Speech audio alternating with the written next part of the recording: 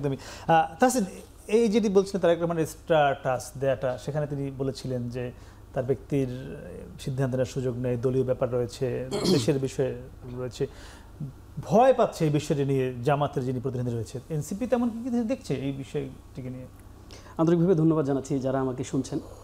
দেখুন, আমরা আসলে সবাই তো খুব ক্রান্তি লগ্নে আছি আর কি, খুবই ক্রিটিক্যাল একটা টাইম আমরাও পার করছি সবাই। কারণ বিগত 16 বছরের যে সংগ্রাম, এই সংগ্রামটা তো আসলে আমরা খুব কাছ থেকে দেখার সুযোগ হয়েছে আমাদের। সেখানে বেগম খালেদা জিয়ার যে পর্যায়ের স্যাক্রিফাইস ছিল তার এবং তার পরিবারের, সেটি আসলে রিমার্কেবল। এবং এটা শুধু বিএনপির না, এটা আসলে জিয়া পরিবার, স্পেশালি খালেদা জিয়ার যে স্যাক্রিফাইস, এটা আসলে রাষ্ট্রীয়ভাবে স্বীকৃতি ইতিমধ্যে ইন্টারিম গভর্নমেন্টও দিয়েছে। আর আপনি যে প্রসঙ্গটা এনেছেন, দেখেন, এটা আমি মোহন ভাইয়ের সাথে একেবারেই এগ্রি করি যে এটা আসলে it's not a matter of politics. Tarique Rahman কেন এই ক্রিটিক্যাল মোমেন্টে কেন ফিরছেন না, এই ডিবেটটাকে যদি বাদও দেই, ধরেন হাইপোথেটিক্যালি যদি ধরে নেই যে ক্রিটিক্যাল মোমেন্টটা নাই, প্রশ্নটা কিন্তু তারপরও থেকে যায় যে তিনি কেন ফিরছেন না। আমরা এই লেন্স থেকেও কিন্তু দেখার সুযোগ আছে। তিনি তার মায়ের জন্য তো ডেফিনেটলি ফিরবেন, একজন ছেলের, এবং যে কিনা এরকম একটা ট্রমার মধ্যে দিয়ে গিয়েছেন, এত বড় একটা দল চালাতে হচ্ছে, এত বড় দলের নেতাকর্মীদের মামলা হামলা খুন, এত কিছুকে তার কিন্তু বয়ে নিতে হয়েছে।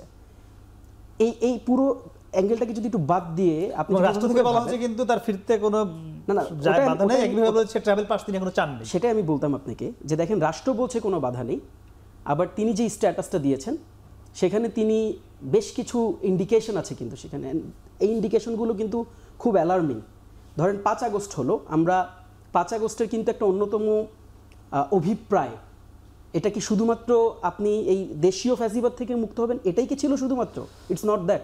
আমরা কিন্তু এই 5 আগস্টটি যে কারণে হয়েছে, এটা কিন্তু এই দীর্ঘ সময়ের যে আধিপত্যবাদ, যেটা আমাদের উপর চেপে বসেছিল, যেটা আমাদেরকে কুড়ে কুড়ে খাচ্ছিল, সেটাকেও কিন্তু সেদিন আমরা না বলেছিলাম। সেটাকে আমরা বলেছিলাম যে আমরা তাদেরকে অ্যাকসেপ্ট করতে চাই না।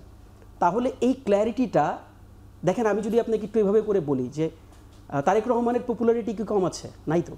তারেক রহমানকে কি কোনো দল থেকে কি কোনো বিরোধিতা আছে তারেক রহমানের ফেরার ব্যাপারে? নাই তো। দাদার, আমরা যারা ইয়াং জেনারেশনের পলিটিক্সটা করি, আমরা যারা ইয়াংদের মেন্টালিটিকে ধরে আমরা পলিটিক্সটাকে বোঝার চেষ্টা করি, আমার কাছে মনে হয় যে তারা ওদের ওয়েটিং ফর তারেক রহমান, এবং আমরা ফিল করি যে তিনি যখন প্রবেশ করবেন এটা একটা অরা ডেভেলপ করবে, একটা অ্যাটমসফিয়ার ক্রিয়েট করবে বাংলাদেশের পলিটিক্সে। কিন্তু এটা ক্ল্যারিটি দরকার যে তিনি কেন, ঠিক তিনি কোন পাওয়ারের যে ভরকেন্দ্র, ঠিক কোন পাওয়ারের ভরকেন্দ্রের কারণে তিনি ফিরতে পারছেন না। দেখেন, এই জবাবটা হোক দেশি হোক বিদেশি, এক্স্যাক্টলি ইট ইজ। এবং এই জবাবটা কিন্তু দেখেন, আমরা কিন্তু জনগণের পলিটিক্স করি, এই জবাবটা আপনার মধ্যে রাখাতে, আমি জানি না তিনি অনেক বেশি প্রজ্ঞাবান, আমাদের থেকে অনেক বেশি ভালো জানেন, বাট আমরা খুব ছোট পরিসর থেকেও আমরা এটা তার কাছে অ্যাপিল করতে চাই যে এই ক্ল্যারিটিটা জনগণের কাছে দেওয়া উচিত। এখনও কি আমরা কোনো শক্তির কাছে জিম্মি হয়ে আছি?